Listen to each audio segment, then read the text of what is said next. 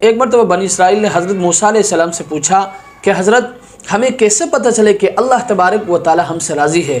تو حضرت موسیٰ علیہ السلام نے اللہ سے عرض کیا کہ یا اللہ، قوم پوچھ رہی ہے کہ ہمیں کیسے پتہ چلے کہ اللہ تبارک و تعالی ہم سے راضی ہے؟ تو اللہ تبارک و تعالی نے فرمایا کہ اے میرے پیارے موسیٰ، یہ تو بالکل آسان ہے، آپ ان لوگوں سے کہہ دیں کہ یہ اپنے دلوں میں جھانک کر دیکھیں، اگر یہ دل میں مجھ سے راضی ہیں تو میں پروردگار بھی ان سے راضی ہوں، اگر یہ اپنے دلوں میں مجھ سے ناراض ہیں، مجھ سے خفا ہے تو میں بھی ان سے ناراض ہوں۔ آج کتنے لوگ ایسے ہیں جو اپنے حالات کی وجہ سے، اپنے پریشانیوں کی وجہ سے اللہ سے شکوے کرتے ہیں، شکایات کرتے ہیں، ایسا کیوں نہیں ہوا، ویسا کیوں نہیں ہوا، یہ کیوں نہیں ملا،